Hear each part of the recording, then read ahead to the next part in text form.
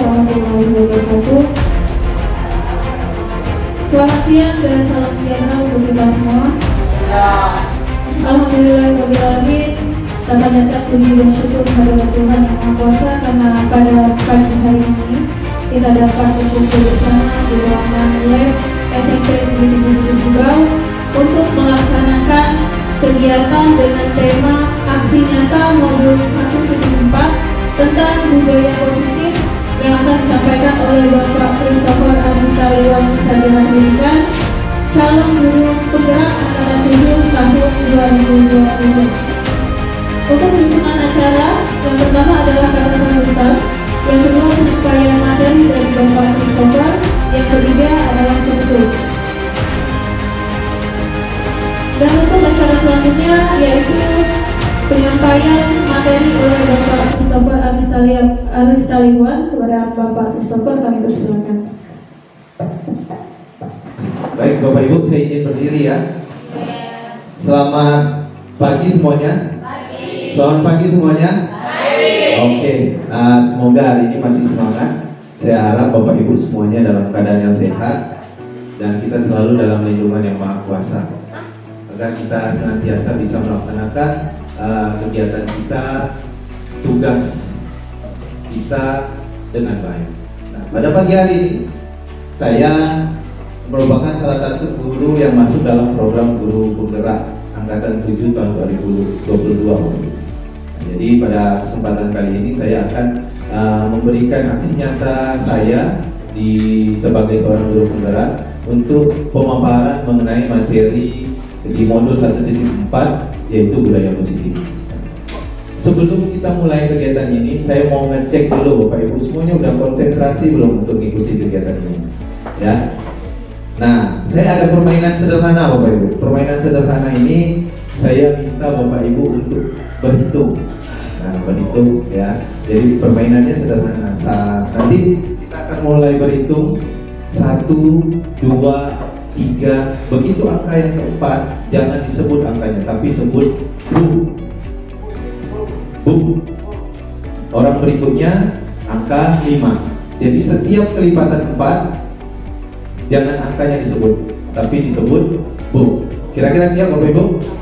Siap, kita coba ya. Siapa tahu walaupun guru matematika kalau tidak lagi konsentrasi, lagi mikirkan kredit, lagi mikirkan anak di rumah, lagi mikirkan suaminya, ya, lagi mikirkan suaminya kapan pulang, kok tidak pulang-pulang, semuanya seperti itu. Jadi kurang konsentrasi, itu bahaya. Ya, baik. Kita mulai Bapak Ibu. Kita mulai berhitungnya begini. Dari sini ikuti alur ini aja Bapak Ibu. Ya, setiap kelipatan 4 bu. Siap Bapak Ibu? Oke, kita mulai. Dari sini ya. Berhitung, mulai. 1, 2, 3, Boom. 5, 6, 7, Boom. 9, 10. 12, boom, 13. 14. 15, Boom. 16. Ya, ilmu muncul. Ya, baik. Oke, kita ulang. Sekarang kelipatan 3 Bapak Ibu. Kelipatan 3. Setiap kelipatan 3 di bu. Baik, kita mulai ya. Kita mulai. Berhitung. Mulai dari depan masih. Nanti kalau dari belakang tak kelihatan. Nah, seperti itu. Kita mulai dari depan. Ya. Berhitung, mulai. 5, boom. Nah, ya kan? Nah, kurang konsentrasi. Konsentrasi masih ada yang kurang konsentrasi.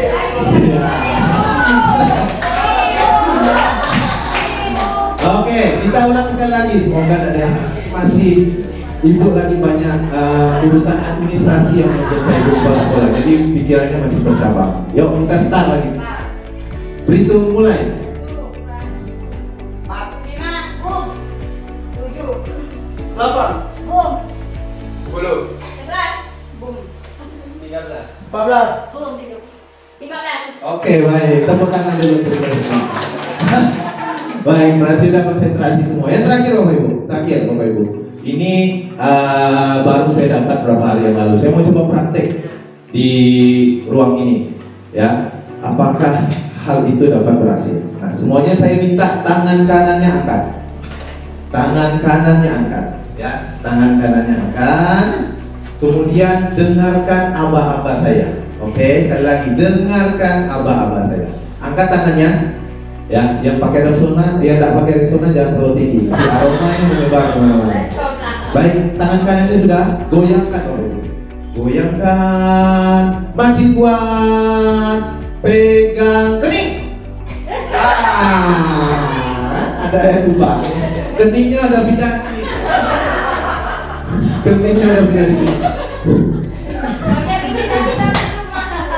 Oke ya. Nah, kita tes yang kedua. Semoga yang kedua ini semakin konsentrasi. Baik. Angkat tangan kanannya Bapak Ibu. Goyangkan Bapak Ibu. Semakin cepat. Semakin cepat. Pegang. Hidup. Oke, dapat satu tersangka ya. Oke, tepuk tangan dulu untuk kita semua.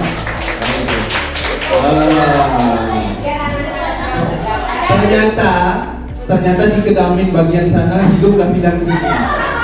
Nah, begitu ya. Di gang family ya. Gang saudara hidung udah pindah ke sini.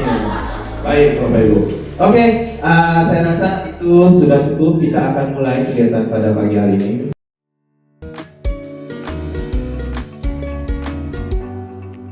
Sebelumnya, izinkan saya memperkenalkan diri sekali lagi Bapak Ibu. Perkenalkan, nama saya Christopher Aristaiwan. Saya bertugas di SMP Negeri 7 Putu Sibau, mengampu mata pelajaran PJOK. Dan saat ini saya masuk dalam program Guru Penggerak Angkatan 7 tahun 2022. Nah, kegiatan kami mulai dilaksanakan dari tahun 2022 di bulan Oktober November. Rencananya akan berakhir di bulan 6 tahun ini. Seperti itu, 6 bulan kegiatan. Semoga saya dapat menyelesaikan kegiatan itu dengan baik dan menjadi salah satu perwakilan dari sekolah kita. Oke, baik Bapak Ibu. Kita langsung saja, Bu. Aksi nyata modul 4 budaya positif. Lanjut. Sebelum saya mulai Bapak Ibu, saya ingin menyampaikan sesuatu kepada Bapak Ibu. Jadi ada satu quote yang biasa saya pegang dalam kebiasaan saya hari-hari atau aktivitas saya sehari-hari, yaitu seberapa banyak pun kita mendengarkan motivasi, seberapa sering pun kita mendengarkan motivasi, kalau motivasi itu tidak timbul dari diri kita tidak akan pernah melakukan sesuatu. Walaupun setiap hari kita nge-scroll motivasi di TikTok, di snack video, di Instagram, kalau motivasi untuk berbuat jadi lebih baik tidak datang dari dalam diri kita, tidak akan pernah ada perubahan dalam diri. Itu buat hari. Saya umpamakan sederhana Bapak Ibu. Coba perlihatkan tangan kiri Bapak Ibu dan saya. Gini aja. Anggap saja tangan kiri Bapak Ibu ini ada satu hal yang paling berharga dari Bapak Ibu semua. Yang paling berharga dari Bapak Ibu semua ada di telapak tangan kiri Bapak Ibu. Silakan genggam Bapak Ibu. Ini paling berharga. Inilah yang satu-satunya milik Bapak Ibu dan tidak boleh dimiliki orang lain. Saya minta boleh tidak Ustaz? Pak Joni boleh tidak saya minta? Bu Mimi? Boleh tidak saya minta? Semuanya, saya tidak mau sebagian, saya maunya semuanya, boleh tidak? Sama halnya dengan yang saya sampaikan tadi Bapak Ibu. Kalau tidak ada keinginan dari kita, bagaimanapun caranya kita tidak akan berubah sama sekali. Semuanya tergantung oleh diri kita. Nah, itulah poin awal saya untuk menyampaikan budaya positif yang akan kita terapkan di dalam lingkungan kehidupan kita sehari-hari. Apa sih itu budaya positif? Budaya positif adalah kebiasaan baik yang tumbuh menjadi karakter dan menjadi sebuah budaya positif. Kebiasaan yang sudah rutin kita laksanakan, konsisten, akhirnya menjadi sebuah budaya positif. Nah, ada kebiasaan sederhana yang menjadi budaya positif yang rutin kita laksanakan hampir setiap hari. Namun terkadang kita karena satu dua hal, kesibukan dan lain sebagainya, kebiasaan itu sering terlupa. Di antaranya tegur sapa, saling mendukung, saling bekerja sama, dan saling belajar. Nah, apabila ada hal itu semua di dalam lingkungan kita, keluarga besar SMP Negeri 7, betul ya Bu? Sekolah-sekolah, pasti kita bisa menjadi sekolah ataupun pribadi yang semakin baik berikutnya. Nah, itulah lingkungan positif. Berikut. Nah, untuk kita merefleksi kita di awal Bapak Ibu, coba kita lihat sekitar kita. Tidak usah jauh-jauh, sekitar kita aja. Bagaimana suasana sekolah kita? Apakah menyenangkan, membosankan, atau dan lain sebagainya? Saya rasa sejauh ini, lingkungan kita sangat menyenangkan. Bagaimana sikap-sikap gurunya? Sombong-sombong? Ada tegur sapa di dalamnya? Ada saling membantu di dalamnya? Ada, betul. Bagaimana tutur kata gurunya? Apakah baik? Sangat baik. Apakah sangat baik? Ataupun ada yang mungkin bahasa gurauan ya? Bahasa gurauan biasa. Tetapi konteksnya adalah bergurau saja. Nah, bagaimana gurunya bersikap kepada muridnya? Ya. Dan yang terakhir, bagaimana guru melaksanakan PBM? Apakah dia melaksanakan tugasnya? Apakah dia merasa senang dengan tugas tersebut? Ataukah dia terbebani? Seperti itu. Ya, senang ya Bapak Ibu. Nah, dengan demikian berarti paling tidak pada dasarnya lingkungan kita sudah mulai masuk ke lingkungan yang positif. Nah, seperti itu.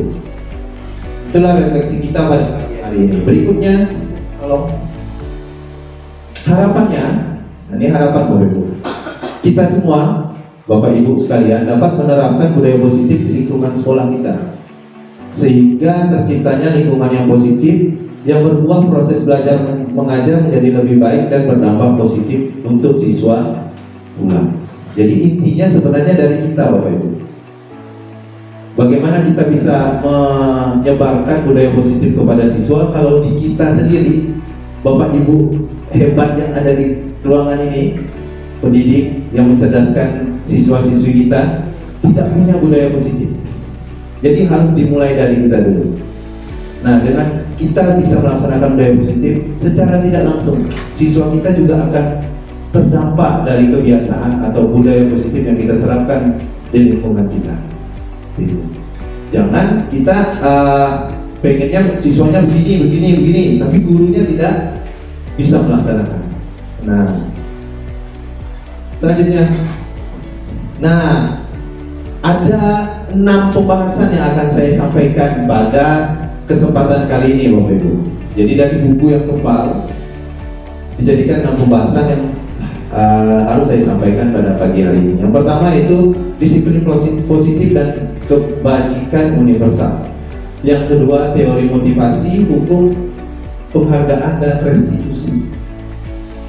Mungkin ada yang baru kenal istilah restitusi, atau mungkin yang baru PPG dan atau ada kegiatan di lain mungkin biasa dengan kata restitusi. Berikutnya keyakinan kelas, kebutuhan dasar manusia dan dunia berkualitas, posisi kontrol dan segitiga restitusi. Lanjut Bu, kita bahas yang pertama, disiplin positif dan kebijakan universal. Disiplin positif adalah sikap disiplin yang datang dari dalam diri sendiri. Tadi saya bilang, motivasi dari dalam diri sendiri. Bukan karena paksaan maupun aturan yang ada, apalagi karena takut dengan hukuman. Nah, itu disiplin positif. Mau ada aturan, mau tidak ada aturan, mau ada yang menjaga dan sebagainya, tetap kita melaksanakan disiplin positif. Salah satu contohnya Bapak Ibu. Bapak Ibu pakai motor, pakai helm atau enggak? Ada polisi pakai helm atau enggak? Kalau tidak ada polisi pakai enggak? Pakai. Kenapa? Karena taati aturan. Yang kedua, karena keselamatan Bapak Ibu. Karena Bapak Ibu peduli dengan keselamatan Bapak Ibu. Walaupun tidak ada petugas yang berjaga, Bapak Ibu tetap semangat atau tetap ingin menggunakan peralatan tersebut. Karena di Bapak Ibu sadar, datang dari dalam diri sendiri, saya wajib pakai helm. Karena apa? Satu, seandainya terjadi 1-2 hal, saya bisa terlindungi dengan alat ini. Yang kedua, Mungkin ibu-ibu, kalau saya tidak pakai helm, kerudung saya nanti kocar kacir, pokoknya begitu. Yang bapak-bapak, yang rambutnya udah klimis, udah pakai pomade, pomade, sudah sisir rapi-rapi, tidak pakai helm, begitu di jalan raya baru 200 meter keluarga rambut udah lurus semua bapak. Itulah tadi yang dimaksud dengan datang dari dalam diri sendiri. Dan banyak lagi contoh di hal-hal lain, terutama di lingkungan kerja kita. Selanjutnya adalah tujuan dari disiplin positif adalah menanamkan motivasi kepada murid-murid kita, yaitu untuk menjadi orang yang mereka inginkan dan menghargai diri sendiri dengan nilai-nilai yang mereka percaya. Nah, contohnya tadi itu tadi, pakai helm walaupun ada yang jangan.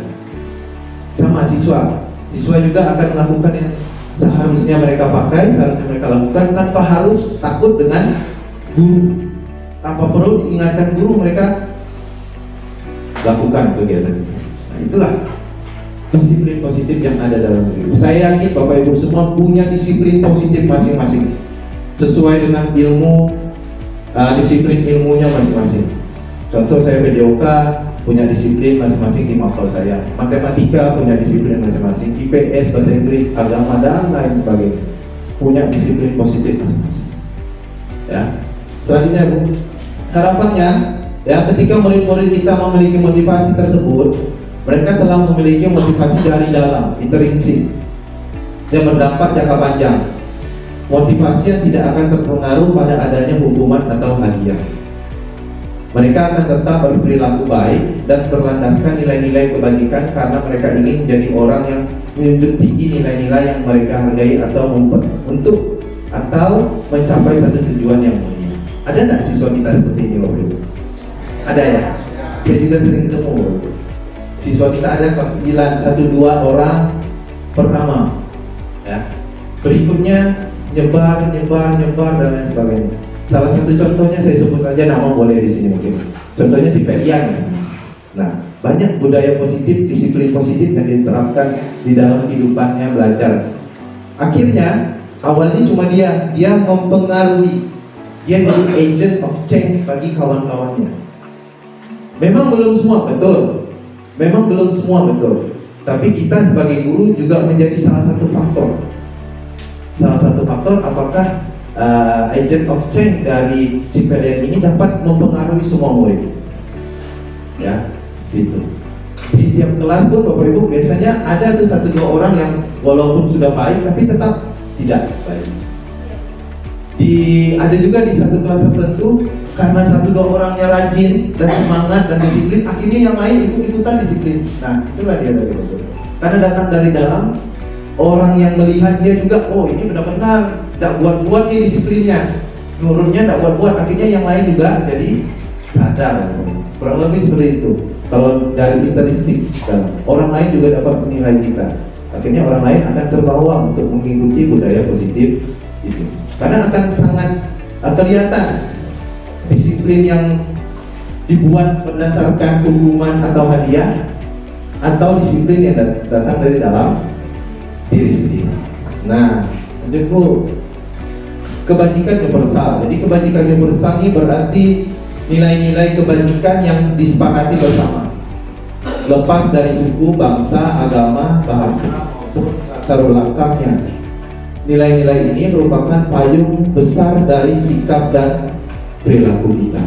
Jadi kebiasaan-kebiasaan baik yang ada di lingkungan sekitar kita, ya, sudah disepakati bersama walaupun tidak tertulis sepakatinya. Salah satu contoh sederhana Bapak Ibu, saya kalau lewat depan orang yang lebih tua atau lebih apa, saya pasti agak sedikit membungkukkan badan. Saya cari literaturnya Bapak Ibu, tidak ada rupanya. Tapi kenapa begitu banyak siswa kita, bahkan kita sendiri melakukan hal tersebut? Karena menurut kita itu suatu kebaikan. Tidak tertulis tapi sudah diakui bersama Bapak Ibu, atau disepakati bersama. Kalau kita lewat depan orang lebih tua, sebaiknya kita menundukkan badan. Kalau orang tua lagi ngobrol, kita jangan motong. Nah, itulah sederhana Bapak Ibu. Harapannya kebajikan seperti itu dapat kita tanamkan terus ke siswa kita. Nah, seperti itulah. beberapa kebajikan universal Bapak Ibu. Jadi ada beberapa organisasi atau persekutuan atau kelompok yang membuat satu kebajikan, draft kebajikan menurut mereka. Ya, saya di sini akan membahas dua saja Bapak Ibu. Yang pertama adalah dari kurikulum Merdeka, yaitu profil Pancasila ada 6. Oh, situ 5. Ada 6 dan diharapkan muncul setelah siswa-siswi kita menerapkan pembelajaran menggunakan kurikulum Merdeka, yaitu beriman kepada takwa, bertakwa kepada Tuhan yang Maha Esa dan berakhlak mulia. Yang kedua, mandiri, bernalar kritis, berkebinekaan global, bergotong royong dan kreatif. Banyak aksi nyata dari masing-masing profil pelajar Pancasila yang ada di atas Bapak Ibu. Saya yakin Bapak Ibu semua juga masing-masing sudah punya gambaran dari kebajikan yang ada di dalam profil pelajar Pancasila. Nah, ya, selanjutnya adalah 9 pilar karakter atau Indonesia Heritage Foundation IHF.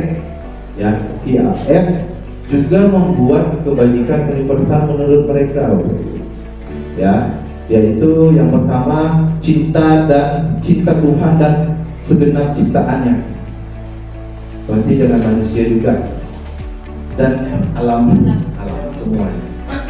Kemandirian dan tanggung jawab, kejujuran atau amanah dan diplomatis, hormat santun, dermawan, suka menolong dan gotong royong, percaya diri, kreatif dan pekerja keras, kepemimpinan dan keadilan baik serta rendah hati. Dari dua kebajikan universal ini pada dasarnya hampir sama ya Bapak Ibu, betul kan? Betul, konsepnya sama ya, yang pasti menerapkan Pancasila kita sebagai dasar negara, kurang lebih seperti itu ya. Oke Bapak Ibu. Yang kedua adalah teori motivasi, hukuman dan penghargaan restitusi. Nah, teori motivasi Bapak Ibu, ada 3 sebenarnya motivasi kita rupanya setelah saya baca. Yang pertama itu, kenapa kita melakukan sesuatu? Yang pertama itu satu, untuk menghindari ketidaknyamanan atau hukuman, karena takut dihukum. Jadi kita melakukan sesuatu. Yang kedua, kita ingin mendapatkan hadiah atau penghargaan dari orang lain. Ya, untuk mendapatkan imbalan atau penghargaan dari orang lain. Itu motivasi kita yang biasa kita lakukan. Dan yang ketiga Bapak Ibu, untuk menjadi orang yang mereka inginkan dan menghargai diri sendiri dengan nilai-nilai yang mereka percaya atau datang dari diri sendiri. Itu motivasi. Harapannya kira-kira nih Bapak Ibu, kalau melakukan sesuatu motivasinya yang ke satu, yang kedua, atau yang ketiga? Yang ketiga ya. Mana Bu? Yang ketiga ya. Ya. Tergantung situasi ya. Tergantung situasi. Ya. 1 dan 2. Berarti untuk menghindari ketidaknyamanan dan mendapatkan imbalan. Berarti kalau tidak ada imbalan tidak mau melakukan. Karena di tahun 2023 semuanya serba money. Tidak ada money, tidak jalan, tidak kerja. Nah, itu. Tapi harapannya Bapak Ibu, kita melakukan sesuatu termotivasi dengan diri kita sendiri, atau jadi orang yang mereka inginkan dan menghargai diri sendiri. Karena mereka menghargai dirinya, karena Bapak Ibu menghargai Bapak Ibu semua. Bapak Ibu melaksanakan tugas kerja Bapak Ibu bukan karena sekedar SK dan gaji. Kalau bahasa yang saya dengar tuh Bapak Ibu menghalalkan gaji. Jadi bukan sekedar menghalalkan gaji Bapak Ibu, tapi memang Bapak Ibu memang pengen melaksanakan tugas Bapak Ibu. Tidak ada alasan lain. Mau kepala sekolahnya pemarah kah, mau kepala sekolahnya tidak pemarah kah, mau kepala sekolahnya cerewet kah, mau kepala sekolahnya tidak cerewet kah, saya tidak peduli. Yang penting saya tugasnya ngajar. Saya ada jadwal jam 8, saya datang jam 8 kurang 10. Ya telat-telat jam 8 lewat 2 udah di kelas lah. Nah seperti itu. Nah, motivasi lainnya dari kita. Nah, gitu.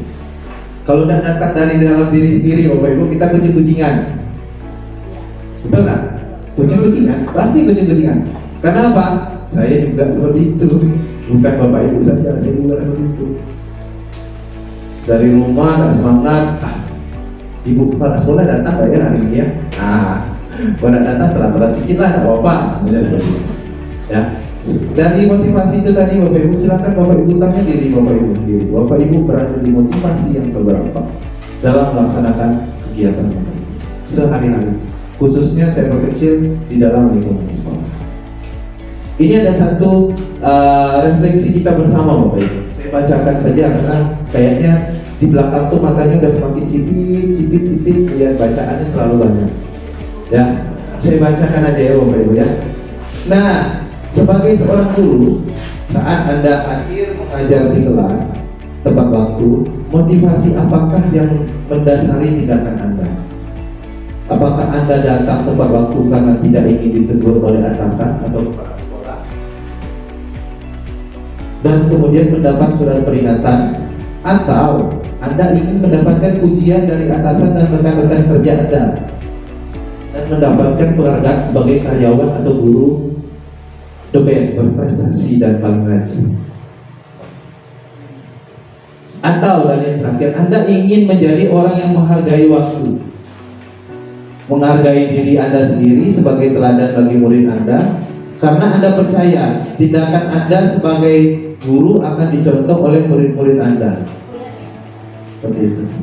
Jadi yang ibu yang berapa Bu? Yang ketiga dong. Kita tetap yang ketiga. Karena pada dasarnya kita menuju yang ketiga, walaupun terkadang ada di yang pertama ya Bapak Ibu kita ya. Oh enggak ya, berarti di sini konten baik-baik semua ya. Tidak sampai jawab. Karena apa Bapak Ibu?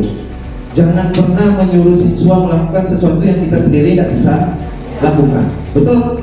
Setuju Bapak Ibu? Kamu datang tepat waktu ya. Orang tepat waktu bukan hukum. Gurunya juga datang tak tepat waktu. Kita aja tidak bisa, mana murid kita bisa.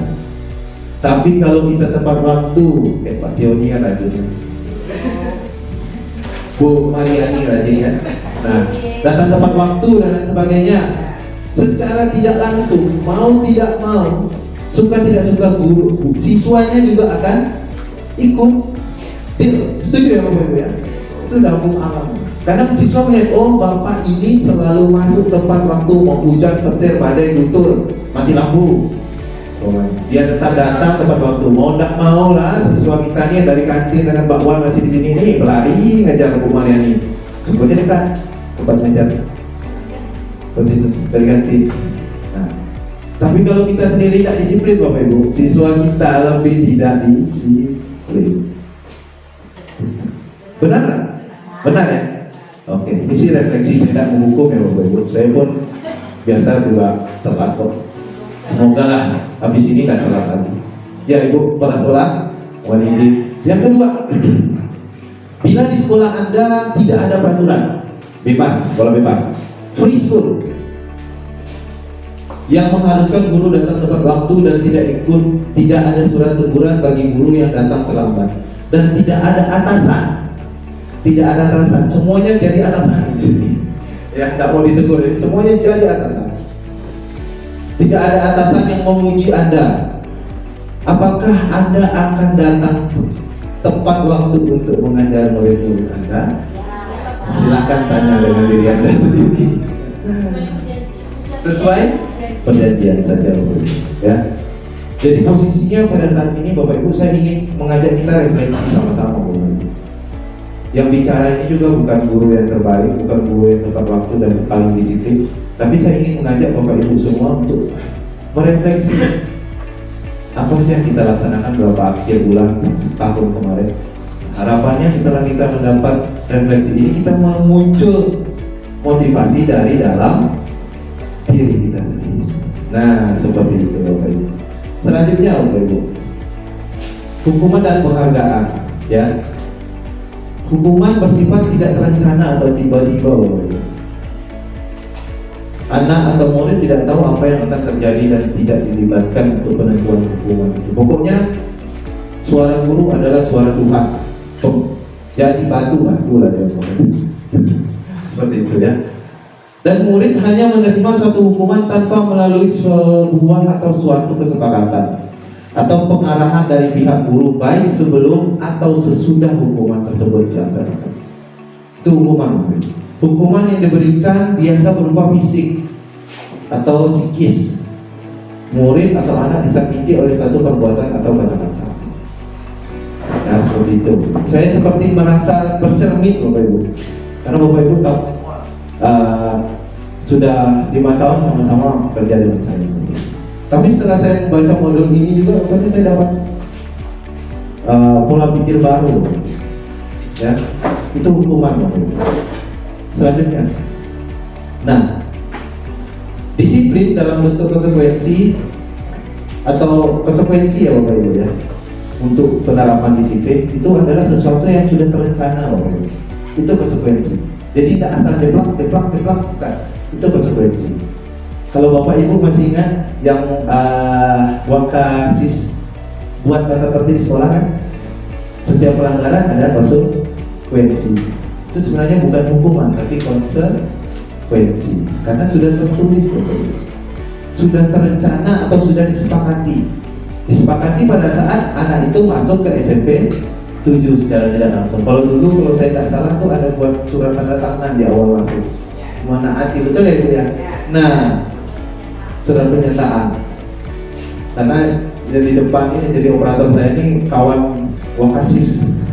Mama sepak terjang kita sampai berhujan ya, kemah ya. Pada konsekuensi, murid tetap dibuat tidak nyaman untuk jangka pendek.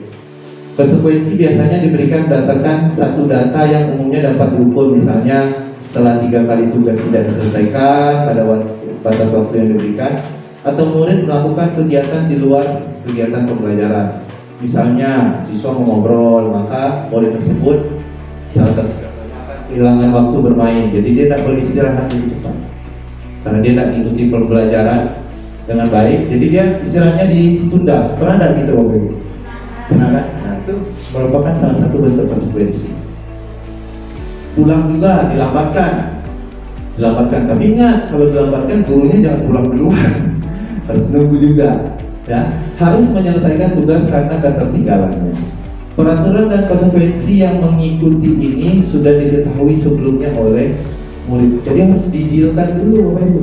Jangan asal melanggar baru dibilang jangan pulang ya, dari awal dibilang. Jadi siapa yang tidak selesai tidak usah pulang. Deal, bahasa sederhana aja, cara mendealkan sesuatu. Sampai selesai baru pulang. Bu, kami lapar Bu, sama itu pun lapar guys, belum makan manusia, makanya kan seperti itu. Contoh, berikutnya Bapak Ibu, tadi sudah dapat kertas ya Bapak Ibu. Nah, saya ingin mengajak Bapak Ibu untuk mengklasifikasi antara hukuman dan konsekuensi Bapak Ibu. Di halaman kedua setelah yang warna biru itu tadi ya, ada hukuman dan konsekuensi. Bapak Ibu silahkan tulis saja, yang pertama itu hukuman atau konsekuensi, yang kedua juga seperti itu. Silahkan isi Bapak Ibu. Oh, tidak. Oh, saya kira berarti silakan Bapak Ibu. Klasifikasikan hukuman atau konsekuensi. Oke Bapak Ibu, saya rasa sudah semua untuk mengidentifikasi antara hukuman atau konsekuensi. Kita akan cek bersama-sama Bapak Ibu. Jadi tidak ada KKM tuntas, tidak ada, pokoknya Bapak Ibu dianggap bisa semua dan pasti paham lah dengan itu. Kita hanya mengecek saja apakah Bapak Ibu mengklasifikasinya sesuai dengan apa yang ada di buku. Saya sih bisa karena nyontek aja, kalau tidak nyontek juga saya tidak bisa Bapak Ibu. Cuma karena udah baca duluan bukunya. Ya. Nah ini dia hukuman atau konsekuensi. Yang pertama, mencatat 100 kali dalam buku kalimat saya tidak akan terlambat lagi karena datang terlambat ke sekolah. Dia masuk dalam konsekuensi karena ada berhubungan dengan apa dia terlambat, jadi dibuat satu hukuman yang berhubungan dengan keterlambatannya dia. Oke, lanjut yang kedua. Lari mengelilingi lapangan basket 2 kali karena terlambat hadir ke sekolah. Itu merupakan sebuah hukuman karena tidak relay. Tak nyambung bahasanya seperti itu, tak sesuai saja, itu hukuman. Ya. Nah, hukuman ya betul, ada dua ya betul. Ya. Yang benar semua dapat hadiah ya Bapak Ibu. Saya punya mobil mainan di toko sana. Ya, kalau mobilnya belum punya, kalau mobil mainannya banyak punya anak saya. Ya Jarvis. Berikutnya, membersihkan coretan yang dibuatnya di meja tulis. Konsekuensi pasti. Memperbaiki apa yang sudah dia buat. Tanggung jawab atas apa perbuatan itu masuk konsekuensi. Yang ketiga, selanjutnya adalah murid diminta untuk push up 15 kali karena tidak, sedikit benar ya 15 kali ini kayaknya. 15 kali karena tidak menggunakan masker ke sekolah. Ini hukuman. Tidak ada hubungannya dia push up, dia bisa dapat udara bersih, bebas dari virus-virus. Selanjutnya, menggantikan kertas tugas teman yang telah dicoret-coret itu konsekuensi jelas. Konsekuensi jelas. Ya. Kemudian berjemur di lapangan basket pukul 12 siang karena mengobrol dengan teman, sudah jelas hal itu hukuman. Tidak ada konsekuensi, tidak ada hubungannya. Kemudian murid diminta bertelanjang kaki sepanjang hari karena tidak menggunakan sepatu warna hitam sesuai peraturan sekolah. Itu hukuman. Berikut, berdiri di depan kelas sambil mengangkat kaki satu. Wah, ini gaya zaman dulu ya, jurus bangau. Karena tidak bisa menjawab pertanyaan. Biasa guru matematika ini kayak gini. Dah ya. Atau guru bahasa Inggris tidak bisa vocabnya tidak jelas, masih jurus bangau. Nah, jadi itu masuk dalam kategori hukuman. Terakhir, membersihkan tumpahan air di meja tulis karena tersenggol pada saat belajar, itu konsekuensi. Kehilangan 10 menit jam istirahat untuk mengerjakan tugas karena terlambat datang dan tertinggal pelajaran selama 10 menit, itu konsekuensi. Duduk di bangku di pinggir lapangan pada saat jam istirahat. Tidak diizinkan bermain oleh guru karena mencederai teman saat bermain di lapangan kasar, bahasa kita dulu. Terlambat hadir di pembelajaran daring 15 menit dan diminta untuk tinggal 15 menit sesudah kelas selesai untuk membahas ketertinggalan belajar, konsekuensi. 3 yang terakhir, 2 yang terakhir. Nah ini, lari mengelilingi lapangan basket 2 kali karena terlambat 10 menit untuk pelajaran PJOK. Konsekuensi itu banyak. Saya pikir juga hukuman, karena ada pelajarannya tadi itu yang buat menjadi konsekuensi, berhubungan. Berikutnya Bapak Ibu, restitusi. Ada yang sudah pernah mendengar sebelumnya Bapak Ibu, restitusi. Yang baru lulus PPG, tidak ada juga. Sama, saya juga baru ini.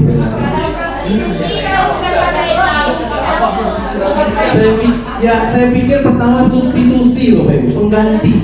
Substitusi yang kan kalau di sepak bola pengganti apa gimana? Ya substitusi kan kalau di sepak bola. Nah, tapi setelah saya baca konsep dasarnya sama Bapak Ibu.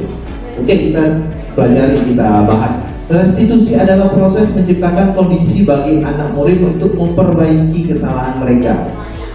Nah, sehingga mereka bisa kembali pada kelompok mereka dengan karakter yang lebih kuat menurut Gosen tahun 2004 di bukunya. Nah, ciri-ciri restitusi yaitu restitusi bukan untuk menebus kesalahan. Nah, ini pengganti. Jadi dia bukan untuk menebus kesalahan dia, tapi untuk belajar dari kesalahan. Karena kita sebagai manusia pasti pernah salah ya Bapak Ibu ya. Betul ya? Ada yang tak pernah salah, Bu Aisyah katanya tak pernah salah. Setengah dewa. Berikutnya adalah restitusi untuk memperbaiki hubungan Bapak Ibu. Tak jarang kita dengan siswa jadi renggang. Siswa tak mau negur kita, siswa tak mau ini dengan kita karena kita pernah menghukum mereka. Tapi benar ya Bapak Ibu ya. Mungkin Bapak Ibu dengan rasa begini. Kalau kita sudah ketemu siswa yang sudah tamat, yang dulunya nakal, yang dulunya sering kita tegur, begitu ketemu di jalan mereka lah orang yang paling ramah dengan kita. Betul nggak Bapak Ibu? Betul. Betul kan? Nah, karena apa? Setelah lewat, mereka diajar kita, mereka baru sadar rupanya bapak ini negurnya dulu benar. Dia baru sadar setelah lewat. Apalagi kalau udah kerja, udah jadi polisi, tentara, pegawai, ya, Bu Asura yang guru paling senior di sini. Kalau Bu Asura biasa cerita kan, untuk dulu nakal, tapi sekarang sudah baik. Betul ya, Bu ya? Nah, malahan siswa yang dulu ikut-ikut rame-rame atur, begitu ketemu tuh negur pun tak mau kadang-kadang. Cuek, malu. Ya, karena mungkin dia tidak merasa terlalu banyak kita berikan perlakuan khusus saat dia jadi siswa. Jadi sedikit dia kenal dengan kita. Tapi saat siswa yang nakal, kita kasih bimbingan, kita marah, kita kasih hukuman, konsekuensi. Begitu tuh 5-6 tahun berikutnya, dia sadar ternyata yang dilakukan ibu ini benar. Kebanyakan gitu. Iya, betul Pak. Oh, syukur tak aku dulu pernah dihukum Bu Asura, dihukum Pak Kris. Kalau enggak, aku enggak paham sampai sekarang. Kerja itu harus tepat waktu. Oh enggak, dimarah bos karena swasta. Nah, pokoknya contoh juga. Oh, kalau olahraga harus pakai baju olahraga. Kalau enggak, dimarah atasan. Memang itulah kalau Ibu. Ya, memperbaiki hukuman. Berikut restitusi, ada tawaran bukan paksaan. Jadi deal nih. Jadi gimana kita menyelesaikan masalahnya? Ya udah, saya gini aja Pak. Bisa tak? Bisa. Tuntaskan ya. Ya. Kamu belum mengerjakan nih. Udah Pak, hari ini saya selesaikan, yang 3 diantar. Itu tawaran. Kita rubah dari yang pokoknya. Kalau udah pokoknya itu udah ultimatum. Pokoknya, nah, kita rubah. Kamu bisanya jam berapa? Sederhana. Berikut restitusi menuntut untuk melihat ke dalam hati. Jadi kita bicara, bukan ego kita, jadi kita bicara. Kamu maunya gimana? Jadi ada perubahan ya Bapak Ibu, pergantian cara. Jadi restitusi itu mengganti pola kita. Berikut efek. Nah, untuk membuat restitusi itu bisa dilaksanakan, kita harus punya keyakinan dulu Bapak Ibu. Ya, keyakinan kelas ini kurang lebih kesepakatan bersama yang tidak harus kita langgar. Di dalam sekolah kita juga kita sudah punya keyakinan kelas sebenarnya. Salah satunya adalah keyakinan kelas kita yang tiket hari itu, guru yang bikin hari itu datangnya harus agak awal. Pernah diingatkan tak? Tidak kan? Datang sendiri kan? Ya, seperti itulah salah satu keyakinan kelas, keyakinan sekolah lah kalau bahasa, keyakinan kelas kita sederhana. Nah, kalau masuk ke dalam kelas harus berbusana rapi dan pakai sepatu. Jarang kan diingatkan, tapi selalu kita gunakan. Bahkan kalau ibu-ibu cantik-cantik dulu. Miss Maya aja datang dari rumah tak pakai lipstick sampai di kantor pakai. Karena apa? Takut dibilang sakit. Karena kayak orang sakit Miss kalau nggak pakai lipstick. Karena saya biasa lihat kan Miss Maya bersinar, menyilaukan hari saya, menyilaukan saya misalnya. Ya, itu keyakinan kelas Bapak Ibu. Harus kita buat keyakinan kelas kita masing-masing kelas. Di sekolah kita, karena kita sudah dewasa dan sudah memahami itu pada dasarnya, kita udah buat keyakinan kelas kita masing-masing. Nah, bagaimana keyakinan-keyakinan sederhana itu bisa kita terapkan juga di dalam kelas. Jadi bukan dia merasa terhukum, tapi dia merasa dia melanggar apa? Kesepakatan dia. Itu. Jadi bukan dia melanggar aturan, jadi dia melanggar kesepakatan. Nah, seperti itu. Yaitu nilai kebajikan universal yang disepakati secara tersirat dan tersurat, lepas dari latar belakang suku, negara, bahasa maupun agama. Dengan keyakinan itulah seseorang akan lebih tergerak. Nah, tergerak karena dia bukan dihukum dan bersemangat untuk menjalankan keyakinannya daripada hanya sekedar mengikuti serangkaian peraturan tertulis tanpa makna. Peraturan sekolah salah satunya. Keyakinan kelas dibuat agar siswa memahami maksud dan tujuan dari peraturan-peraturan yang ada. Jadi bukan sekedar menghukum, tapi untuk memberikan pemahaman kepada siswa. Saya ada buat video. Kalau biasa guru buat video di kelas yang baik, saya coba buat di kelas 9C, kelasnya Bu. Karena saya mau buat kayak sedikit percobaan ilmiah Bisa nggak saya terapkan di kelas 9C? Nah, keyakinan kelas ini Bapak Ibu bisa dibuat satu orang dan dipakai oleh semua guru di kelas itu. Nah, jadi tidak perlu lagi di 9C bro. Kalau di Mapel, Bapak Ibu punya nggak kesepakatan di Mapel? Punya kan? Sama saya contohnya, kesepakatan Mapel saya setiap jam olahraga semua wajib pakai baju olahraga. Setelah selesai jam olahraga, sebelum nanti jam berikutnya sudah harus ganti baju. Itu kesepakatan Mapel. Contoh, saya yakin setiap guru punya kesepakatan itu. Seandainya pun belum, harapannya dibuat Bapak Ibu, karena itu untuk memudahkan proses belajar mengajar Bapak Ibu di dalam kelas. Jadi anak-anak tidak sekedar, oh ibu ini ngomong-ngomong terus, bapak ini ngomong-ngomong terus. Tapi dia sadar, oh itu tuh memang kesepakatan kita harus diikuti. Jangan sampai dari. Ini ada salah satu contoh video saya yang saya buat keyakinan kelas di 9C.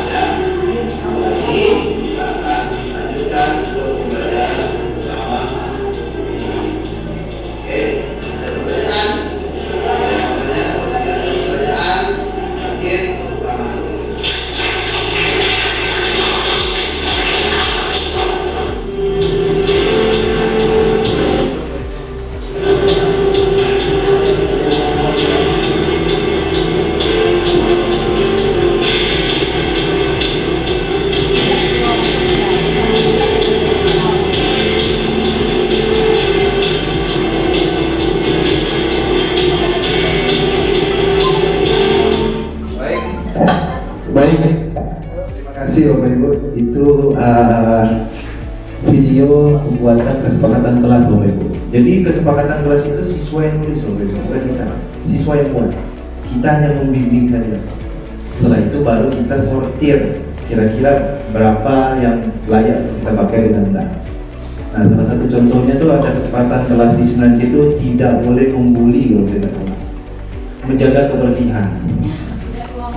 Tidak keluar masuk.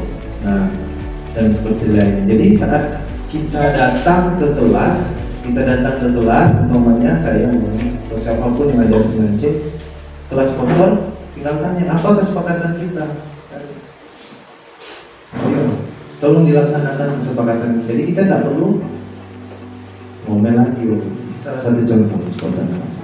beberapa bulan yang lalu, kalau saya tidak salah, saya pernah berdiskusi dengan Pak Wasisto soal sekolah ramah anak. Betul ya Bapak? Sekolah ramah anak itu rupanya bisa dibangun dasarnya dari kesepakatan kelas ini dulu. Ini dasarnya. Jadi kita tidak bisa asal ramah saja kalau kita tidak punya pondasi. Pondasinya adalah kesepakatan kelas. Jadi anak-anak udah tahu apa yang harus dia lakukan, apa yang tidak, apa yang dilarang, apa yang tidak. Seperti itu, ya. Itu contoh penggunaan kesepakatan kelas dan pembuatan serta penggunaan kesepakatan kelas yang saya buat di 9C. Harapannya Bapak Ibu wali kelas atau guru mapel bisa aja buat kesepakatan kelas. Biasanya sama loh, nggak beda-beda, nggak jauh beda. Tapi dengan siswa sudah tahu apa kesepakatan, mereka kemungkinan besar mengurangi untuk melanggar kesepakatan. Dan kita mudah lagi apa kesepakatan kami. Jadi kita merestitusi dari yang hukuman menjadi konsekuensi. Itu merestitusi. Jadi kita tidak bermasalah dengan siswa, malah kita menjalin hubungan, memberikan pemahaman baru kepada siswa kita. Itu. Yang keempat, bahasan bagian keempat, Bapak Ibu, dunia berkualitas. Ada 5 kebutuhan dasar manusia, Bapak Ibu. Yang pertama, kebutuhan bertahan hidup, sandang pangan papan. Yang kedua, kasih sayang dan rasa diterima, Bapak Ibu. Jauh lagi. Ya, kasih sayang dan rasa diterima bukan artian dalam hal ini ya, dalam lingkungan kita, Bapak Ibu. Apakah kita punya rasa ini senang nggak sih lingkungan kita ada kita di dalam situ? Nah, seperti itu. Atau kita memberikan manfaat nggak sih untuk lingkungan kita? Itu yang kedua. Penguasaan, Bapak Ibu. Ya, kebutuhan manusia untuk menguasai. Nah, atau pengakuan atas kemampuannya. Oh, ini rajin, oh ini pintar, baik hati, rajin, sombong, hanya begitu. Selanjutnya adalah kebebasan, ya, guru merdeka, bebas menentukan apa yang akan dia kerjakan. Selanjutnya adalah kesenangan, ya, kebutuhan untuk merasa senang. Nah, saya yakin Bapak Ibu semua tahu apa kebutuhan ibu masing-masing. Bapak Ibu semua punya kebutuhan masing-masing, ya, dan setiap Bapak Ibu berbeda kebutuhannya, kan? Nah, dunia berkualitas adalah tempat khusus dalam pikiran Anda, tempat Anda menyimpan gambaran representasi dari semua yang ada ini. Nah, itu dunia berkualitas. Bisa berisikan orang yang paling Anda cintai, bisa berisikan hal yang paling Anda kenang, Anda senangi, ya, bisa berisikan apapun. Itu dunia berkualitas. Orang bisa jadi orang, tempat, benda, nilai-nilai dan kepercayaan yang paling penting bagi Anda termasuk di sana. Untuk masuk ke dunia berkualitas syaratnya satu, Anda merasa itu sangat baik bagi Anda. Orang yang di sebelah Anda, orang yang ada di depan Anda, orang di sekitar Anda, yang Anda miliki, yang Anda kerjakan, ya, itu harus terasa sangat baik bagi Anda. Kalau Anda merasa itu tidak kurang baik atau kurang pas atau kurang menyenangkan, berarti ada satu bagian dari dunia berkualitas Anda yang belum lengkap. Nah, untuk membantu Anda menentukan dunia berkualitas menurut Anda, Bapak Ibu bisa menjawab ini secara dalam hati saja, Bapak Ibu. Apakah pertanyaan-pertanyaan ini mampu Bapak Ibu jawab dengan baik dan simpan dalam pikiran Bapak Ibu? Siapakah orang yang paling penting dalam hidup Anda? Anda punya? Ada orangnya, berarti Anda punya satu klasifikasi. Yang kedua, nilai-nilai kebajikan apa yang terpenting dalam hidup Anda? Ada kejujuran, disiplin. Anda punya, Anda melakukan, berarti Anda punya 2 syarat dari dunia berkualitas. Yang ketiga, kalau Anda menjadi orang ideal, karakter atau sifat apa yang Anda paling inginkan pada diri Anda? Sabar. Sekarang udah sabar belum? Sudah, Pak, berarti sudah ideal. Ibu yang paling sabar, Iin. Paling sabar. Nah, paling jarang marah ada temannya juga Bu Mariani sama paling sabar. Iya, paling sabar. Nah, berikut apa pencapaian Anda yang sangat Anda banggakan? Oh, saya sudah jadi guru nih, sudah punya usaha. Saya sudah jadi bapak, saya sudah jadi suami. Jangan masih jomblo, bangga. Ya. Jomblo is happy. Ya, seperti itu. Saya berhasil juara, saya berhasil dan lain sebagainya. Saya berhasil berangkatkan orang tua saya umroh.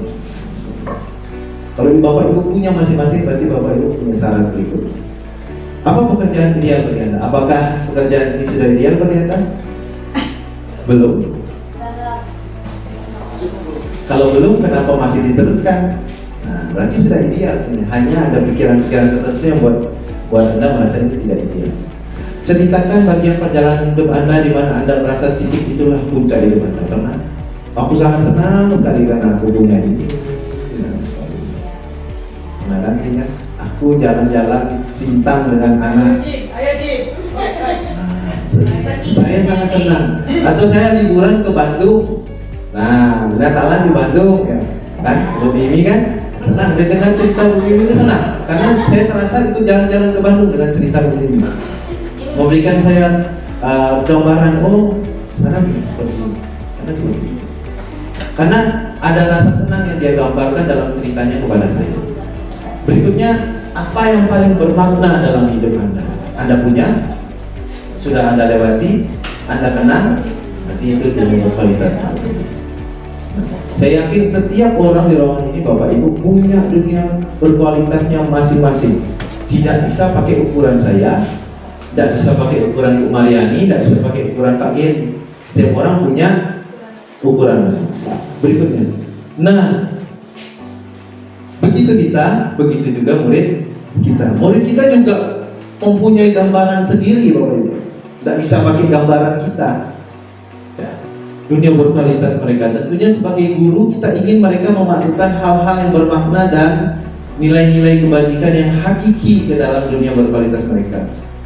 Nah, pertanyaannya, seandainya ya bila guru dapat membangun interaksi dan memberdayakan dan memerdekakan murid, maka murid akan meletakkan dirinya sebagai individu yang positif dalam dunia berkualitas karena mereka menghargai nilai-nilai kebajikan.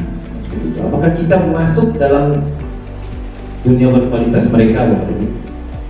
Seperti itu ya. Kita berusaha kita masuk dalam dunia berkualitas mereka. Sesuatu hal yang mereka kenal dan mereka rasakan itu indah. Salah satu cerita waktu saya wawancara CGP ini, wawancara 2 jam gitu. Jadi saya ditanya kurang lebih setengah jam sampai 45 menit, cuma menceritakan apa yang pernah saya raih. Saya cerita dengan gampang sekali waktu. Saya sekolah di sini, saya pernah dapatkan ini, saya pernah sampai jalan-jalan ke sini karena ini, saya pernah jadi instruktur ini, saya rajin buat ini, saya kadang-kadang ngasih materi ke kawan-kawan guru deh. Terus selesai dia tanya, apa pengalaman pahit Anda di sekolah? Saya perlu waktu 2 menit untuk jawab. Saya sambil duduk apa ya? Saya sampai garuk kepala. Rupanya yang wawancara saya satu tuh psikolog. Begitu saya 2 menit, saya tidak bisa ngomong, dia bilang, memang begitu Pak reaksi manusia. Manusia itu dilatih untuk tidak menyimpan kenangan pahit banyak-banyak di dalam otaknya. Manusia itu dilatih untuk menyimpan kenangan manis saja. Walaupun kenangan pahit itu satu keburukan kenangan pahit Bapak Ibu. Memang kita dilatih tidak menyimpan, tetapi bila kenangan pahit itu tertanam, kita tidak akan pernah lupa. Itu dia kenangan pahit. Yang bilang sih bukan saya, psikolog, bilangkan ke saya. Karena pertanyaan berikutnya dia pernah tanya dengan saya. Jadi kita pernah juga ngisi esai. Waktu kamu sekolah, kenangan terburuk kamu apa dengan guru? Saya masih bisa menceritakan pengalaman saya kelas 3 SD cuma karena tanda tangan. Bu Miss Batul nama guru. Miss Batul, guru IPS, saya ingat. Ya. Saya masih ingat dia marahkan saya cuma karena saya tulis nama saya di atas kayak tanda tangan loh. Karena itu saya senang kan baru belajar tanda tangan ya anak SD. Saya tulis saya dimarah di depan kelas cuma karena itu. Saya malu. Sampai sekarang saya ingat rumahnya, saya ingat anaknya, saya ingat suaminya, saya ingat. Cara dia marah saya masih ingat sampai sekarang. Karena kebetulan saya pengingat. Nah, jadi itu kok ya kalau pengen dikenal sering-sering marah katanya. Ya. Nah, apakah pengalaman itu yang akan kita berikan ke dunia berkualitas siswa kita? Tentu saja tidak. Pasti Bapak Ibu semua punya cara tersendiri, punya bahasa tersendiri untuk memberikan dunia berkualitas bagi siswa-siswi kita. Ya. Nah, sampai di situ Bapak Ibu ya. Pengalaman saya soal Bu Misbatul banyak saya. Yang SMP ada, yang SMA ada, kuliah ada. Tetap kita ingat dulu. Tapi kalau disuruh mengingat lagi kita malas mengingat. Karena kita simpan di memori terdalam kita. Ingatnya senang-senang aja. Nah, dia tak senang ya simpan. Tapi kalau dicoba untuk diperhatikan, diingatkan kembali, kita mampu mengingatnya dengan detail. Betul nggak? Betul kan? Jadi hati-hati Bapak Ibu, jangan jadi kenangan buruk bagi siswa. Dia akan ingat dengan detail, bahkan sampai anaknya saya masih ingat rumahnya nomor berapa sih. Sebelahnya ada sungai, ada parit saya masih ingat. Tapi tidak dendam. Tidak, saya dendam. Mengingat. Dan karena saya dendam, ada sedikit sih dendam. Karena saya dendam, tanda tangan saya tidak berubah dari kelas 3 SD sampai sekarang. Jadi ini ada yang tentang udah ini aja. Karena apa? Akhirnya tanda tangan saya yang dimarah itu bisa dipakai untuk lomba-lomba penting. Itu motivasi saya. Terima kasih Bu Misbah. Berikutnya posisi kontrol. Ini materi yang kelima. Kita sudah mulai masuk ujung, sudah lebih banyak ke siswa Bapak Ibu. Kalau di awal tadi gurunya menguatkan pemahaman gurunya, di akhir kita sudah mulai masuk ke siswa. Ada 5 posisi kontrol yang biasa kita terapkan di kehidupan kita sehari-hari di dalam lingkungan sekolah. Mungkin Bapak Ibu tidak menyadarinya, tapi itu yang Bapak Ibu sering lakukan di lingkungan sekolah. Apa saja itu? Yang pertama adalah posisi kontrol seorang penghukum. Yang kedua adalah posisi kontrol pembuat rasa bersalah. Yang ketiga adalah posisi kontrol seorang teman. Posisi kontrol seorang pemantau, dan posisi yang terakhir posisi kontrol seorang manajer. Nah, agar lebih jelas Bapak Ibu, pada kesempatan kali ini saya akan tampilkan video untuk menerangkan dan memberikan contoh langsung bagaimana penerapan 5 posisi kontrol ini. Semoga videonya berjalan dengan lancar. Salam bahagia Ibu dan Bapak guru hebat. Dalam penerapan disiplin positif restitusi, salah satu program yang dikembangkan adalah 5 posisi kontrol. 5 posisi kontrol dalam restitusi adalah proses perjalanan seorang pendidik agar dapat mengenali dirinya. Pada video kali ini, kita akan membahas tentang 5 posisi kontrol yang dikembangkan oleh Diane Dawson dan contoh penerapannya.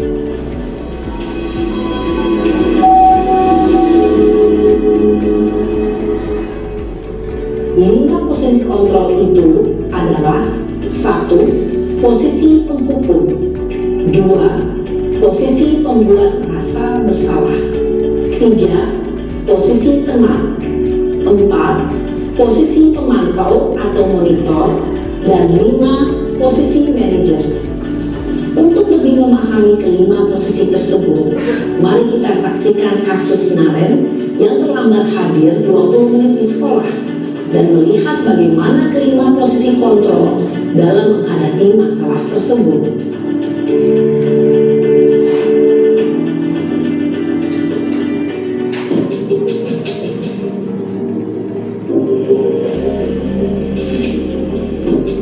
Ada yang mirip dengan guru kita? Naren! Sini kamu! Selamat pagi Bu ya. Selalu terlambat. Kamu deh, pasti terlambat. Bu, saya Apa coba? Alasan kamu apa lagi? Kapan sih kamu tidak terlambat? Malas sekali ya kamu jadi anak. saya Dasar pemalas. Gak kapok-kapok sih kamu. Sudah berapa kali terlambat? Sana, kamu keliling lapangan basket 2 kali.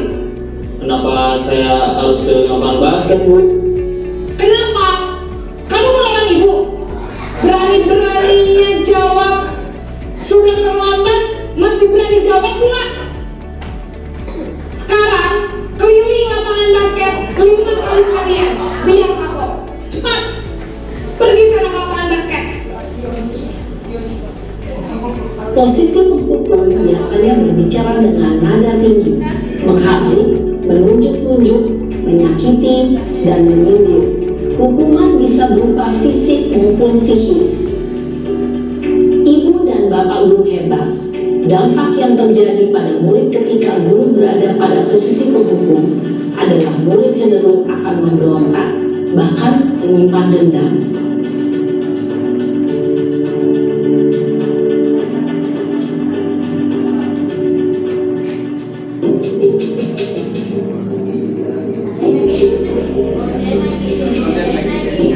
Masih orang yang sama Bapak, cuma posisi kontrol yang berbeda.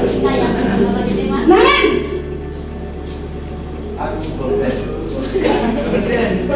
Selamat pagi, Bu. Naren, kamu kenapa terlambat lagi, nak? Ya Tuhan, Naren, kamu senang ya bikin ibu susah ya?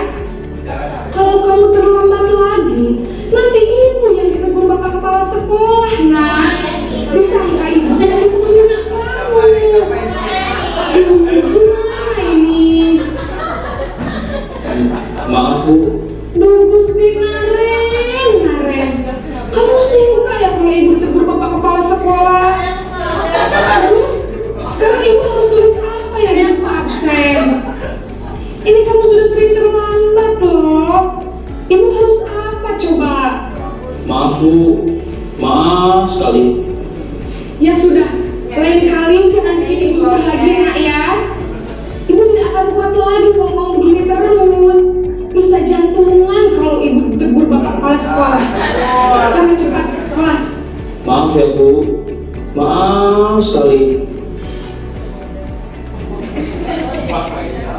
Posisi membuat rasa bersalah berbicara dengan nada tenang, cenderung lembut, namun kata-kata yang diutarakan membuat murid merasa menjadi orang yang gagal, memandang buruk dirinya sendiri, merasa tidak berharga, dan tidak sanggup membahagiakan orang lain.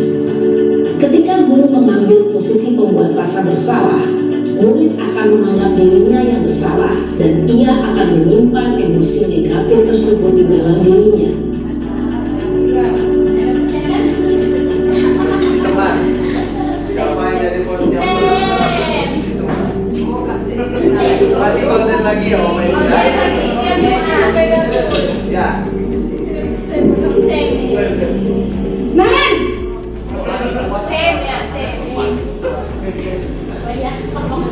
Selamat pagi, Bu. Wah, sudah jam berapa ini, nak? Lagi ya sayang. Iya, Bu. Habis ibu saya lupa bangunkan saya, Bu. Kamu malah menyalahkan ibu kamu. Kamu bukannya anak yang larinya paling kencang. Kok terlambat sih? Iya, Bu. Saya memang terlambat bangun tadi. Jadi biarpun saya lari kencang, tetap gak kekejar, Bu. Ya sudah sana. Nanti lain kali larinya lebih kencang lagi ya. Biar gak terlambat lagi. Bikin seneng ibu. Demi ibu. Bisa kan? Bisa, Bu. Sudah sampai sekolah. Ibu beresin urusan absen kamu. Kamu ini ada-ada saja. Dalam posisi teman, guru berbicara dengan nada suara ramah, akrab, cenderung bersenda gurau untuk menjaga suasana tetap santai. Murid akan merasa senang, aman, dan akrab dengan guru. Identitas yang tercipta adalah identitas sukses atau berhasil. Namun, perlu motivasi dorongan eksternal, maka ada faktor ketergantungan dari murid kepada orang tertentu. Di sini guru absennya, sehingga di lain waktu murid bisa berperilaku baik, namun hanya kepada orang-orang tertentu saja.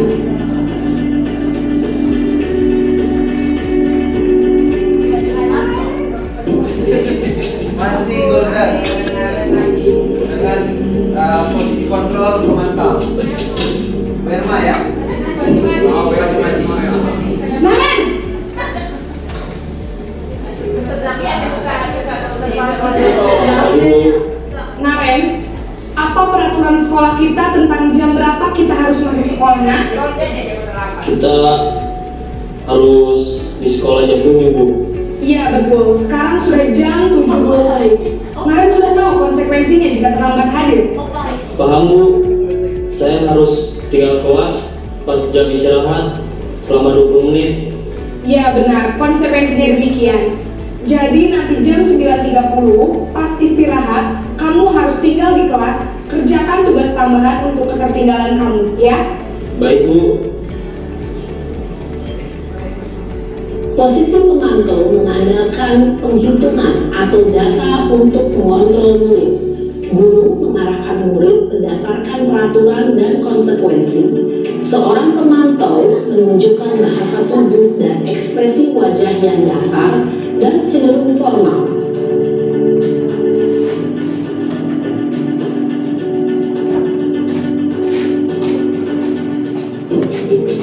Yang terakhir posisi manajer.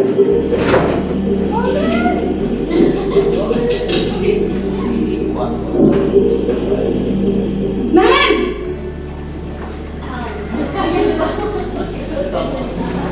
Selamat pagi, Bu. selamat pagi Naren. Maaf, Bu. Saya terlambat. Iya, sekolah masuknya jam 7, sekarang sudah jam 7.20. Jadi sekarang bagaimana nih Naren? Maaf, Bu. Saya lepaskan alarm saya semalam. Baiklah, menurut kamu, keyakinan sekolah yang mana yang perlu kamu tingkatkan? Menghargai diri sendiri dan orang lain mungkin, ya, Bu. Setuju.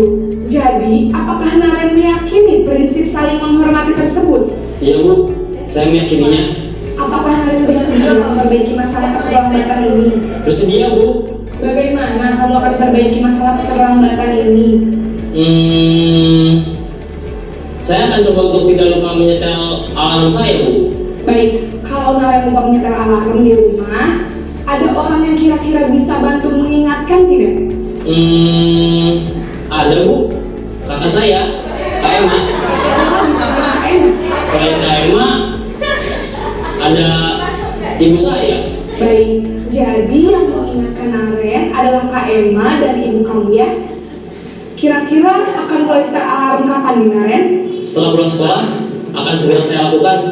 Baik, jadi Naren akan setel alarm untuk bangun besok pagi dan akan diingatkan oleh kakak dan ibunda Naren ya. Ada lagi yang mungkin perlu dilakukan Naren agar tidak terlambat bangun lagi?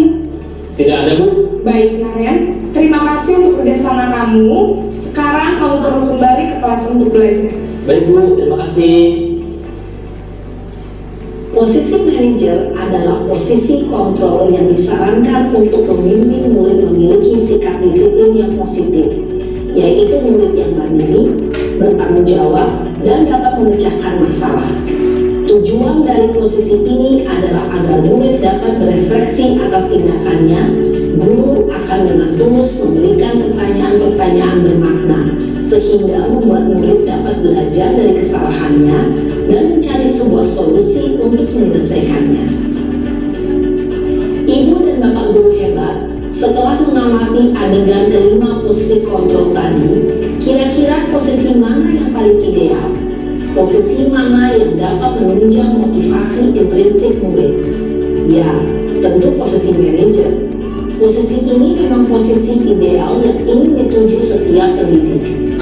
Pada posisi inilah, guru dapat menerapkan disiplin positif yang berpihak pada murid, yang memerdekakan murid.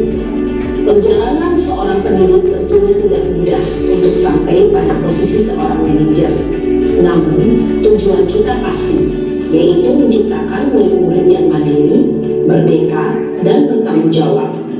Semoga penggambaran 5 posisi kontrol yang telah diperlihatkan ini dapat menjadi ajang refleksi bagi kita semua, agar dapat terus mengasah dan menerapkan disiplin positif yang memerdekakan murid. Mari terus berlatih dan bersemangat. Selamat menerapkan. Salam dan bahagia, Ibu dan Bapak Guru hebat. Oke, terima kasih Bapak Ibu. Nah, dan itu 5 posisi kontrol Bapak Ibu. Bapak Ibu ada di posisi yang mana? Penghukum kah? Teman kah? Pembuat bersalah kah?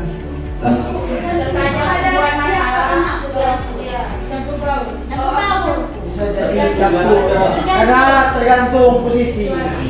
Pak Edi kasih pendapat Pak Edi. Baik, silakan. Kalau bagi saya itu tergantung kepada siswanya. Jadi kan bisa saja siswa itu baru pertama kali, bisa kita pakai posisi yang mana. Tapi kalau siswa yang berkali-kali, bisa saja kita pakai posisi hukum.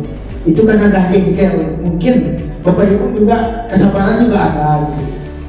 Jadi sekali lagi kalau bagi saya itu tergantung posisi kepada siswa yang melanggar pada keterlambatan tersebut. Demikian Bapak. Ibu-ibu satu, ada yang mau kasih pendapat atau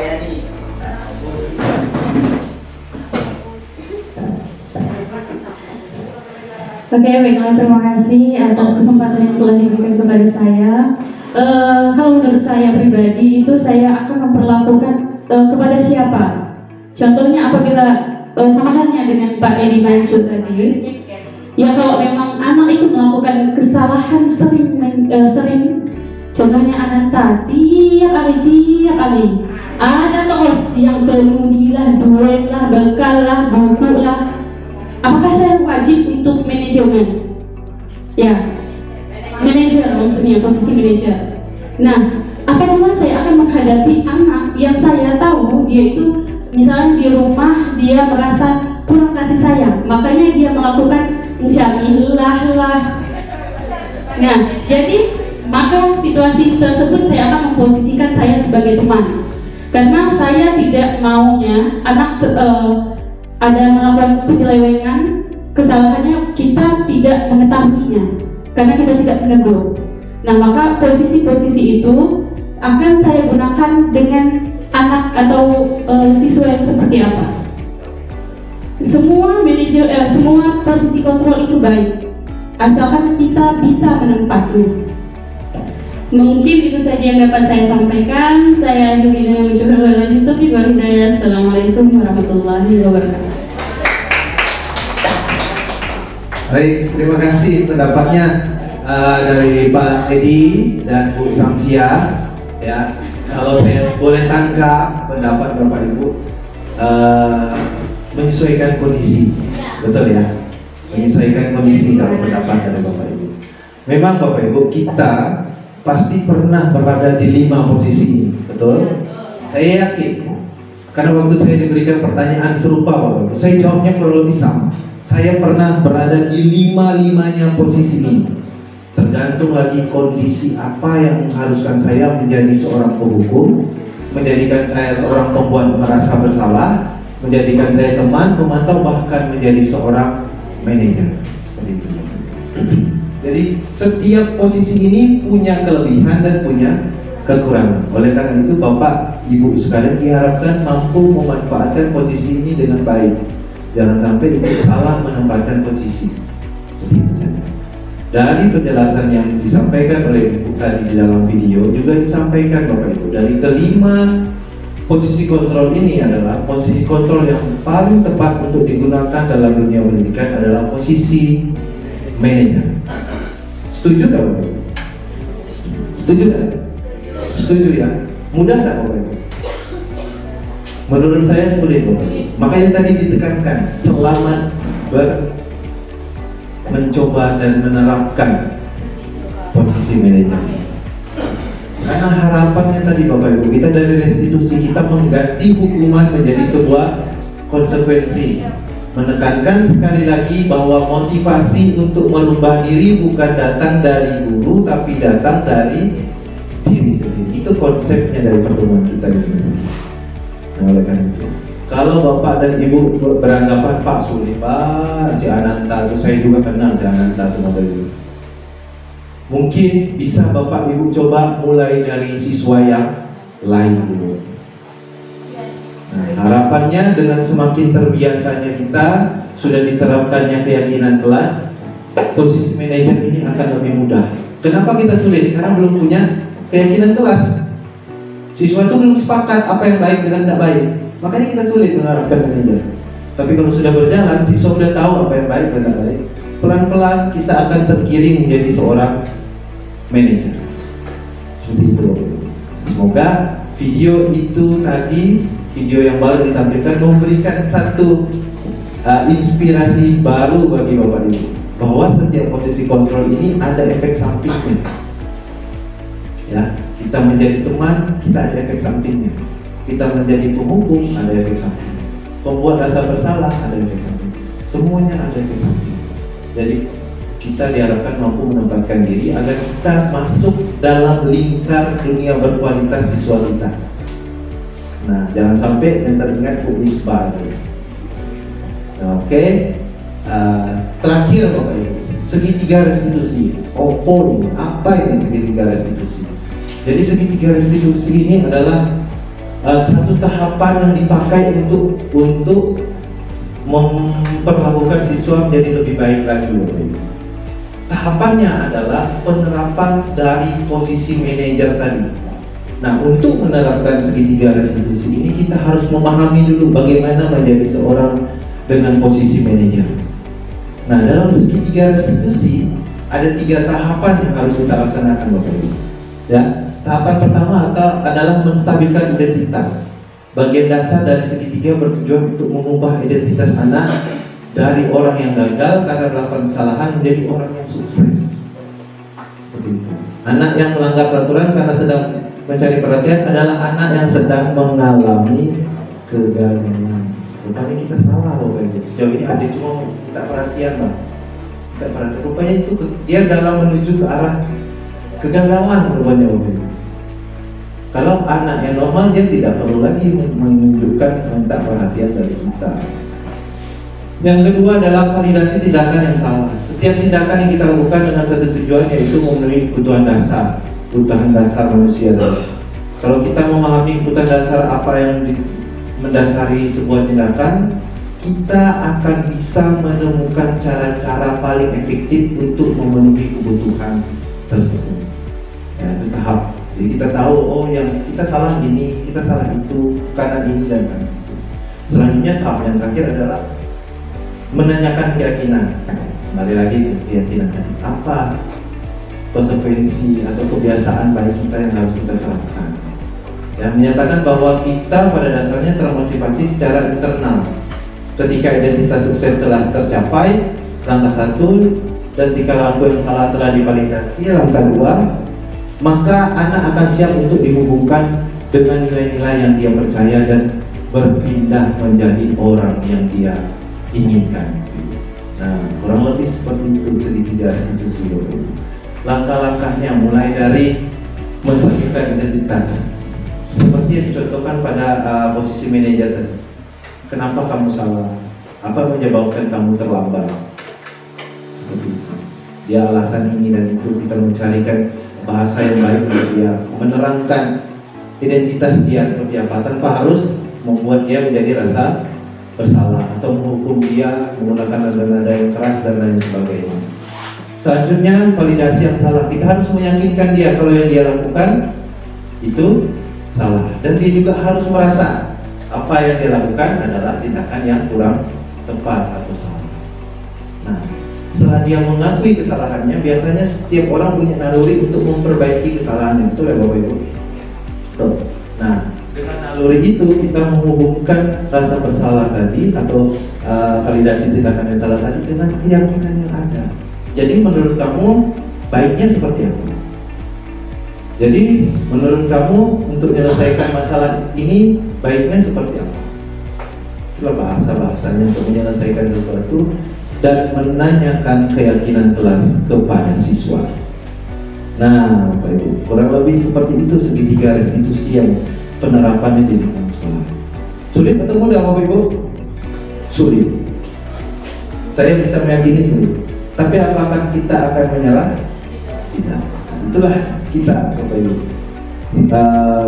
bergerak maju ke depan, jadi seorang guru yang semakin hari semakin baik. Bukan meninggalkan pola yang lama, tapi coba menerapkan pola yang baru yang mungkin relevan dengan kehidupan pada saat ini.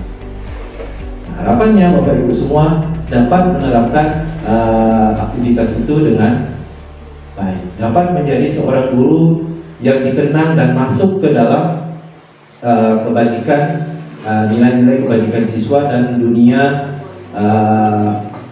siswa, ya, dunia indahnya siswa itu apa? Oh, saya punya guru yang baik, saya punya guru yang penenang, suka memberikan motivasi, atau sebaliknya, saya punya guru yang suka marah. Ya, Bapak Ibu dapat menempatkan diri dan menjadi seorang pendidik yang sangat sesuai dengan apa yang Bapak Ibu inginkan. Nah, ya Bapak Ibu. Selanjutnya, yang terakhir Bapak Ibu. Nah, ada satu video tapi tidak akan saya tampilkan Bapak Ibu karena video itu sudah terangkum di awal. Refleksi akhir Bapak Ibu. Silakan Bapak Ibu tanya dengan diri Bapak Ibu sendiri dari hasil setelah mendapat informasi baru yang saya sampaikan dari awal tadi hingga akhir. Silakan Bapak Ibu refleksikan ke dalam diri Bapak Ibu sendiri. Tanyakan kepada Bapak Ibu sendiri. Setelah mendapat penjelasan mengenai budaya positif, apakah muncul motivasi baik dalam diri Anda? Apakah ada motivasi baru? Ingat, motivasinya bukan karena ajakan saya, bukan karena ajakan ibu kepala sekolah, bukan karena ajakan yang orang lain, tapi motivasi itu harus muncul karena memang Bapak Ibu sendiri ingin membuat sesuatu yang jadi lebih baik lagi. Oke, kalau memang ada dan harapannya ada, jika ada, apa yang Anda akan lakukan pertama kali mungkin mulai besok? Dan Bapak Ibu, kalau Bapak Ibu tidak segera lakukan, orang itu akan kembali ke dalam angan-angan. Tapi kalau Bapak Ibu segera lakukan, pasti akan menjadi sebuah perubahan kecil yang lama-lama akan menjadi besar. Lagi jika ada apa yang akan Anda lakukan pertama kali untuk mewujudkan yang Anda inginkan?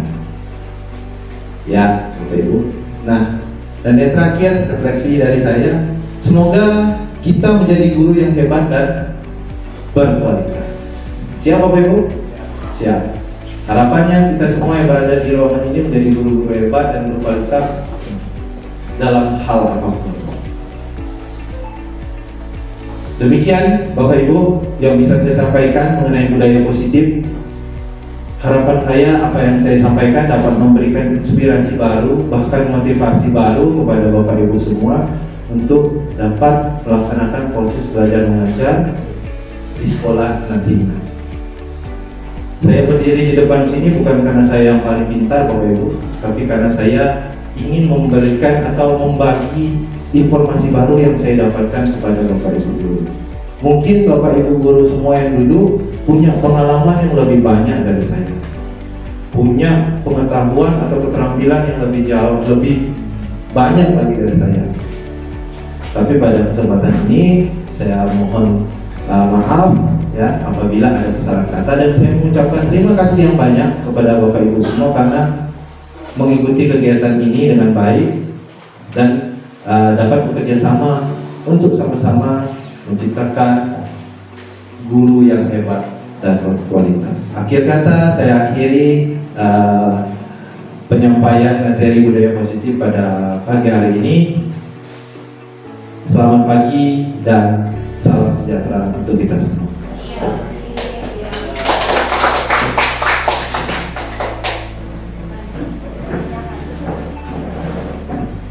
Baik, semoga apa yang kita dengar pada siang hari ini menjadi bermanfaat untuk kita semua dan dapat menjadi acuan untuk kita Bapak Ibu Guru dalam mendidik siswa agar kedepannya menjadi pribadi yang lebih baik lagi dan juga berkualitas. Mungkin hanya itu saja yang dapat kami sampaikan. Sekian dan terima kasih. Assalamualaikum warahmatullahi wabarakatuh.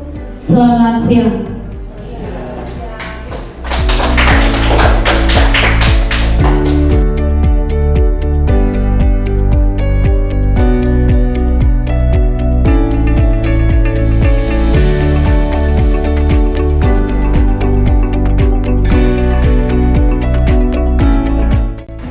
Assalamualaikum warahmatullahi wabarakatuh. Selamat pagi dan salam sejahtera untuk kita semua. Dari kegiatan seminar aksi nyata lingkungan positif yang telah disampaikan oleh guru penggerak, kami selaku pimpinan sekolah, staf Dewan Guru mengucapkan terima kasih atas segala materi yang telah disampaikan. Selaku guru, kami sangat senang mendapat materi tersebut karena banyak hal yang kami dapatkan untuk meningkatkan kompetensi kami sebagai guru yang baik. Aksi nyata lingkungan positif yang kami terima dalam materi tersebut banyak sekali manfaatnya bagi kami. Bahwa dalam kegiatan kami sehari-hari selaku guru, banyak hal-hal yang tidak kami ketahui bagaimana cara meningkatkan menjadi guru yang baik. Dan melalui kegiatan aksi nyata lingkungan positif itu banyak sekali menambah pengetahuan kami, menambah wawasan kami, menambah semangat dedikasi kami selaku pendidik. Karena sebagai pendidik kita juga adalah sebagai orang tua siswa di sekolah. Dan melalui materi yang telah disampaikan, banyak hal yang membuat kami semakin percaya diri selaku guru, sehingga kami dapat menerapkan budaya positif di lingkungan sekolah kami dan terciptanya sikap profil pelajar Pancasila bagi siswa-siswa kami. Dan kami harapkan untuk selanjutnya semoga kegiatan guru penggerak ini semakin ditingkatkan sehingga menambah semangat kawan-kawan yang lain, kawan-kawan guru lain untuk menjadi calon guru penggerak. Nah, mungkin itu saja dari kami. Terima kasih atas segala perhatiannya. Kami akhiri dengan mengucapkan wabillahi taufiq wal hidayah. Wassalamualaikum warahmatullahi wabarakatuh. Selamat pagi dan salam sejahtera untuk kita semua.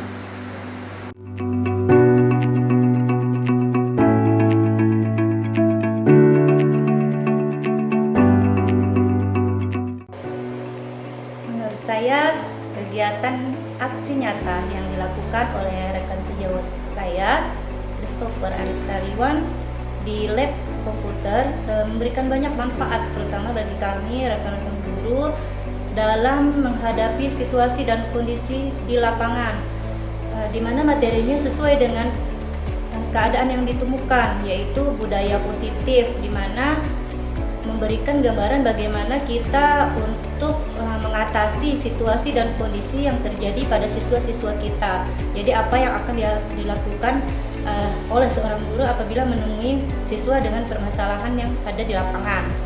Kemudian materi yang disampaikan menurut saya itu sudah sangat tepat, di mana di sini tidak memberikan kesan yang membosankan walaupun dalam durasi waktu yang 1 jam cukup lama, tetapi kami selaku tadi peserta dalam aksi nyata merasa itu sangat bermanfaat sekali untuk kami terima. Kemudian pesan dan kesan dari saya, semoga kegiatan selanjutnya dapat dilakukan kembali untuk memberikan tambahan ilmu bagi kami yang bukan merupakan CGP. Terima kasih.